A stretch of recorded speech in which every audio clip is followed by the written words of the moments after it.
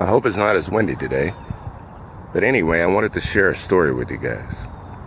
In a previous relationship, I dated a girl that was of Italian descent. Her last name was Ricci, R-I-C-C-I. And in the time that I dated this young lady, I had the pleasure of meeting her father, her brother, her sister, and her grandparents.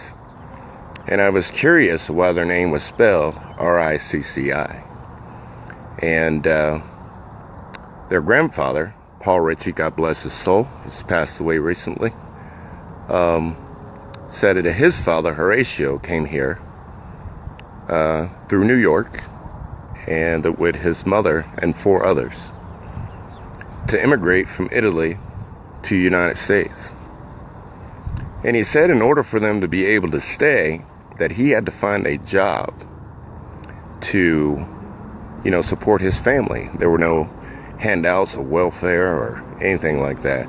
You have to get a job to support your family. And this guy unloaded buffalo furs off the train to support his family. I never knew this guy, but I did know his son, Paul Ricci, his wife, Donna, and they lived out there in a place called Cumberland, Wisconsin. And Paul Ricci was a truck driver, and he drove these trucks, and he was the youngest of 12. He drove these trucks to support his family, and let me count here, I think there were 4 kids, 3 girls and a boy. And his son, who was the oldest, ran the farm.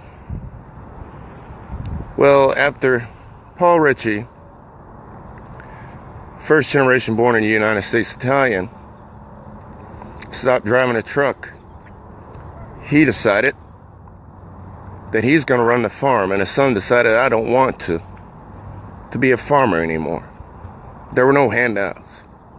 So his son, Steve Ricci, the girl I dated's father, moved out to Wyoming, which I've had the pleasure of going out to visit several times. And he delivers water. If you ever get a chance, Bags, Wyoming. Name of the company is R-Bar-R Trucking.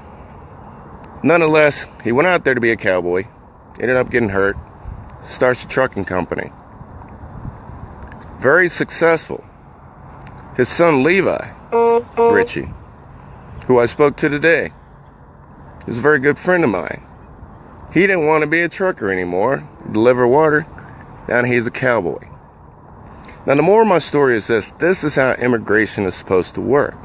People come to this country, contribute to this country, and make their own way. Nobody takes care of them, but they find a job to take care of themselves. Now, what's going on at the southern border is not how it works. How the Ricci family is how it works. They didn't come here for handouts. They came here for opportunity. Just the opportunity. Nobody was giving them any money. Nobody was giving them checks. Nobody was giving them food, WIC, or anything else. They came here for the opportunity.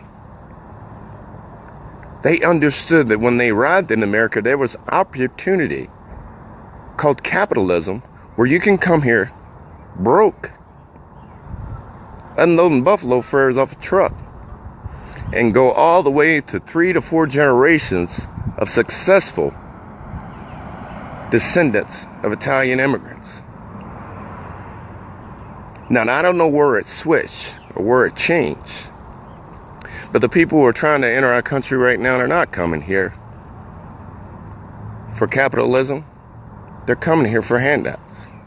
I see it right here in the city that I'm standing in, Harrisonburg, Virginia, where if you're black or white and you go to social services, you need a birth certificate or a social security card.